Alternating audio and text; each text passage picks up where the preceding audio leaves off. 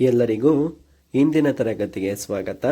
ಇಂದಿನ ತರಗತಿಯ ಮೊದಲನೇ ಕ್ವಶನ್ ನೋಡೋದಾದರೆ, ಮನೋವಿಜ್ಞಾನ ಎಂಬ ಪದವು ಮೂಲತಃ ಯಾವ ಅರ್ಥವನ್ನ ಹೊಂದಿದೆ? ಆತ್ಮದ ವಿಜ್ಞಾನ ಅಂತನ, ಇಲ್ಲ ಮನಸ್ಸಿನ ವಿಜ್ಞಾನ ಅಂತನ, ಇಲ್ಲ ವರ್ತನೆಯ ವಿಜ್ಞಾನ ಅಂತನ? ಮನೋವಿಜ್ಞಾನ ಪದದ ಮೂಲ ಅರ್ಥ ಆತ್ಮದ ವಿಜ್ಞಾನವಾಗಿದೆ ಅಂತ ಹೇಳ್ಬೋದಾಗಿದೆ.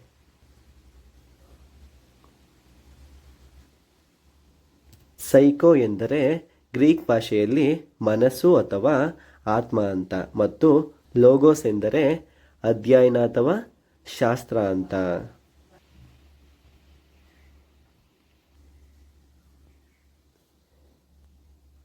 ಪ್ರಾರಂಭದಲ್ಲಿ ಮನಃಶಾಸ್ತ್ರವನ್ನ ಆತ್ಮದ ವಿಜ್ಞಾನ ಎಂದು ಕರೆಯಲಾಗುತ್ತಿತ್ತು.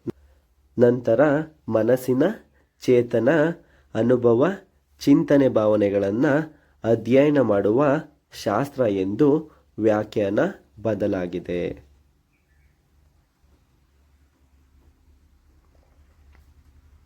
ಮುಂದಿನ ಕ್ವಶನ್, ಮೊದಲ ಮನೋವಿಜ್ಞಾನ ಪ್ರಯೋಗಾಲಯವನ್ನ ಯಾರು ಸ್ಥಾಪಿಸಿದರು? ವಿಲಿಯಂ ಜೋನ್ಸ, ಇಲ್ಲ ಸಿಗ್ಮಂಡ್ ಫ್ರೈಡ, ಇಲ್ಲ ವಿಲಿಯಂ ಊಂಟ, ಇಲ್ಲ ಜೆ.ಬಿ. ವ್ಯಾಟ್ಸನ್ನ? ವಿಲಿಯಂ ಊಂಟ್ರವರು ಮೊದಲ ಮನೋವಿಜ್ಞಾನದ ಪ್ರಯೋಗಾಲಯವನ್ನ ಸ್ಥಾಪಿಸಿದರು.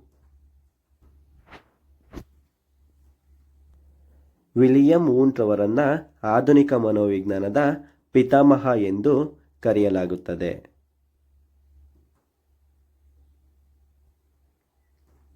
ಇವರು 1879ರಲ್ಲಿ ಜರ್ಮನಿಯ ಲಿಪ್ಜಿಂಗ್ನಲ್ಲಿ ಮೊದಲ ಪ್ರಯೋಗಾಲಯವನ್ನು ಸ್ಥಾಪಿಸಿದರು. ಮುಂದಿನ ಕ್ವಶನ್, ರಚನಾವಾದದ ಮುಖ್ಯ ಪ್ರತಿಪಾದಕರು ಯಾರು? ಇ.ಬಿ. ಟಿಶ್ನರ, ಇಲ್ಲ ಜಾನ್ ಡ್ಯೂಯಿನ, ಇಲ್ಲ ಬಿ.ಎಫ್. ಸ್ಕಿನ್ನರ, ಇಲ್ಲ ಕಾರ್ಲ್ ರೋಜರ? ಇ.ಬಿ. ಟಿಶ್ನರ್ ಅವರನ್ನ ರಚನಾವಾದದ ಮುಖ್ಯ ಪ್ರತಿಪಾದಕರು ಅಂತ ಕರೆಯಲಾಗುತ್ತದೆ.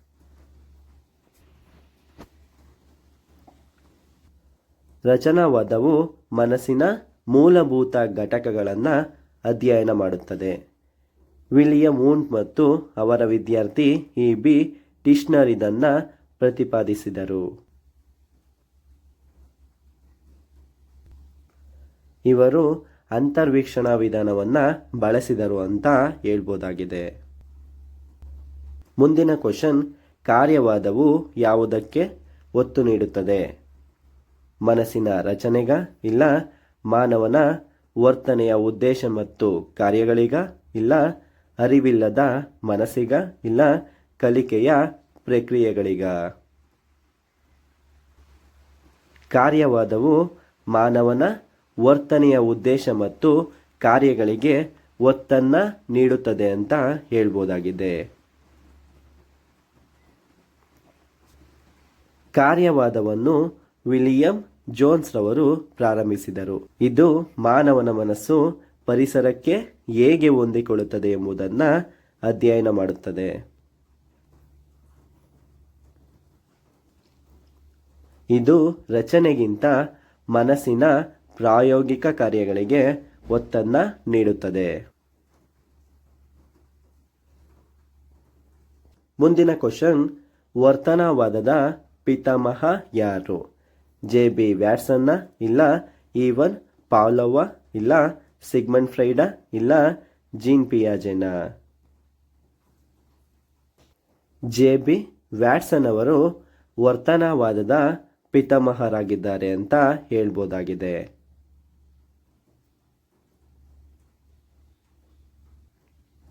ಜೆ.ಬಿ. ವ್ಯಾಟ್ಸನ್ ಅವರು 1913ರಲ್ಲಿ ವರ್ತನವಾದವನ್ನು ಸ್ಥಾಪಿಸಿದರು. ಇವರು ಮನೋವಿಜ್ಞಾನವು ಕೇವಲ ವೀಕ್ಷಿಸಬಹುದಾದ ವರ್ತನೆಗಳನ್ನು ಮಾತ್ರ ಅಧ್ಯಯನ ಮಾಡಬೇಕೆಂದು ವಾದಿಸಿದರು. ಇವರು ಆಂತರಿಕ ಮಾನಸಿಕ ಪ್ರಕ್ರಿಯೆಗಳ ಅಧ್ಯಯನವನ್ನು ತಿರಸ್ಕರಿಸಿದರು.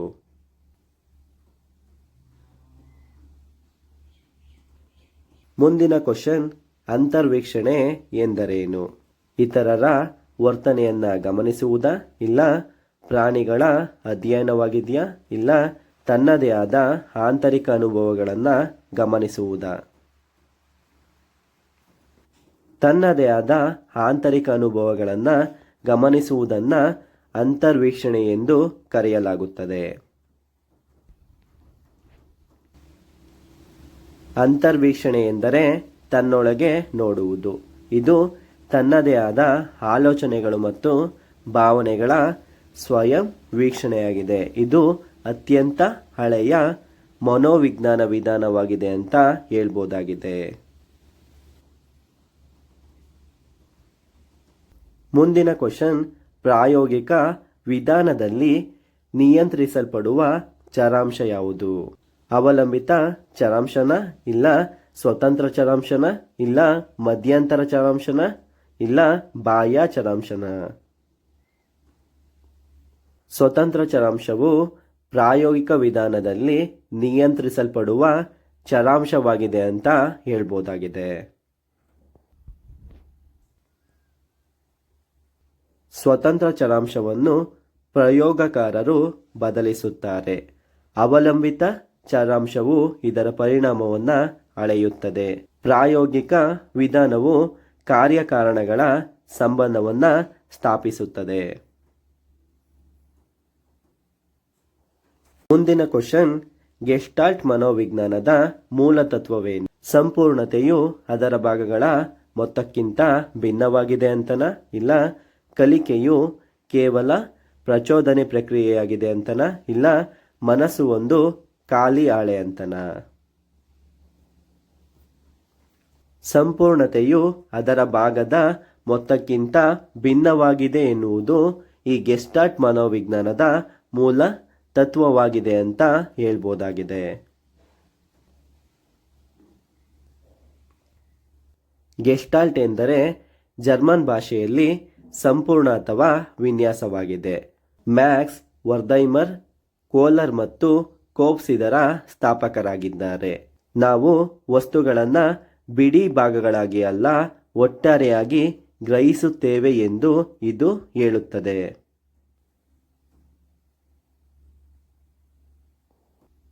ಮುಂದಿನ ಕ್ವಶನ್, ಮನೋವಿಶ್ಲೇಷಣೆಯನ್ನ ಯಾರು ಅಭಿವೃದ್ಧಿಪಡಿಸಿದರು?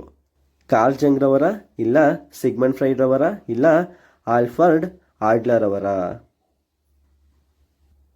ಮನೋವಿಶ್ಲೇಷಣೆಯನ್ನ ಅಭಿವೃದ್ಧಿಪಡಿಸಿದವರು ಸಿಗ್ಮಂಡ್ ಫ್ರೈಡ್ ರವರಾಗಿದ್ದಾರೆ ಅಂತ ಹೇಳ್ಬೋದಾಗಿದೆ.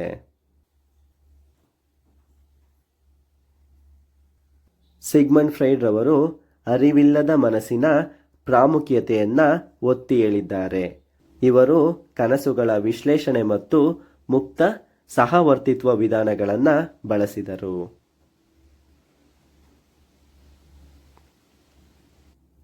ಇದು ಬಾಲ್ಯದ ಅನುಭವಗಳು ವಯಸ್ಕರ ವರ್ತನೆಯನ್ನು ಹೇಗೆ ರೂಪಿಸುತ್ತವೆ ಎಂಬುದನ್ನು ವಿವರಿಸುತ್ತದೆ.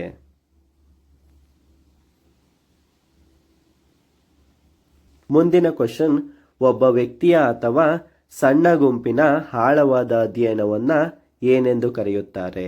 ಸಮೀಕ್ಷಾ ವಿಧಾನ ಅಂತ ಕರೀತಾರ, ಇಲ್ಲ ಪ್ರಾಯೋಗಿಕ ವಿಧಾನ ಅಂತ ಕರೀತಾರ, ಇಲ್ಲ ವ್ಯಕ್ತಿ ಅಧ್ಯಯನ ವಿಧಾನ ಅಂತಾರ, ಇಲ್ಲ ವೀಕ್ಷಣ ವಿಧಾನ ಅಂತಾರ? ಒಬ್ಬ ವ್ಯಕ್ತಿ ಅಥವಾ ಸಣ್ಣ ಗುಂಪಿನ ಆಳ ಅಧ್ಯಯನವನ್ನ ವ್ಯಕ್ತಿ ಅಧ್ಯಯನ ಅಂತ ಕರೆಯಲಾಗುತ್ತದೆ. ವ್ಯಕ್ತಿ ಅಧ್ಯಯನವು ವ್ಯಕ್ತಿಯ ಹಿನ್ನೆಲೆ, ಪರಿಸರ ಮತ್ತು ಸಮಸ್ಯೆಗಳ ಸಮಗ್ರ ವಿಶ್ಲೇಷಣೆಯಾಗಿದೆ. ವ್ಯಕ್ತಿ ಅಧ್ಯಯನವನ್ನು ಕ್ಲಿನಿಕಲ್ ಮನೋವಿಜ್ಞಾನದಲ್ಲಿ ಇದನ್ನು ಹೆಚ್ಚಾಗಿ ಬಳಸಲಾಗುತ್ತದೆ. ಇದು ಅಪರೂಪದ ವಿದ್ಯಮಾನಗಳನ್ನು ಅಧ್ಯಯನ ಮಾಡಲು ಸಹಾಯ ಮಾಡುತ್ತದೆ. ಮುಂದಿನ ಕ್ವಶನ್, ವ್ಯವಸ್ಥಿತ ವೀಕ್ಷಣೆಯನ್ನು ಯಾವ ಸನ್ನಿವೇಶದಲ್ಲಿ ಬಳಸಲಾಗುತ್ತದೆ? ಕೃತಕ ಪ್ರಯೋಗಾಲಯದಲ್ಲ, ಇಲ್ಲ ನೈಸರ್ಗಿಕ ಪರಿಸರದಲ್ಲ, ಇಲ್ಲ ಕೇವಲ ಆಸ್ಪತ್ರೆಗಳಲ್ಲ, ಇಲ್ಲ ಕನಸಿನ ವಿಶ್ಲೇಷಣೆಯಲ್ಲ. ವ್ಯವಸ್ಥಿತ ವೀಕ್ಷಣೆಯನ್ನ ನೈಸರ್ಗಿಕ ಪರಿಸರದಲ್ಲಿ ಬಳಸಲಾಗುತ್ತದೆ ಅಂತ ಹೇಳ್ಬೋದಾಗಿದೆ.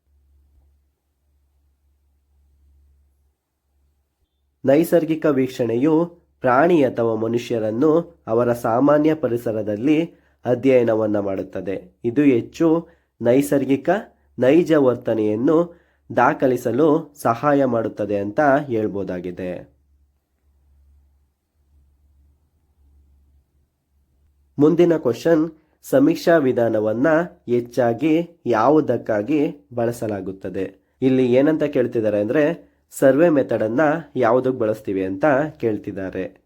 ಕಾರಣ ಪರಿಣಾಮ ತಿಳಿಯಲು ಬಳಸ್ತೀವಾ, ಇಲ್ಲ ಒಬ್ಬ ವ್ಯಕ್ತಿಯ ಆಳವಾದ ಅಧ್ಯಯನಕ್ಕೆ ಬಳಸ್ತೀವಾ, ಇಲ್ಲ ದೊಡ್ಡ ಗುಂಪಿನ ಜನರ ಅಭಿಪ್ರಾಯಗಳನ್ನು ಸಂಗ್ರಹಿಸಲು ಬಳಸ್ತೀವಾ?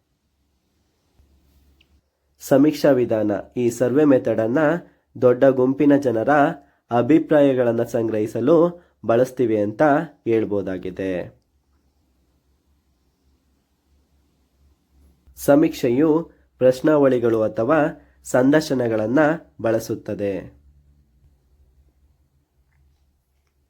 ಸಮೀಕ್ಷಾ ವಿಧಾನವು ವ್ಯಾಪಕವಾದ ಡೇಟಾವನ್ನು ವೇಗವಾಗಿ ಸಂಗ್ರಹಿಸಲು ಪರಿಣಾಮಕಾರಿಯಾದ ವಿಧಾನವಾಗಿದೆ ಅಂತ ಹೇಳ್ಬೋದಾಗಿದೆ.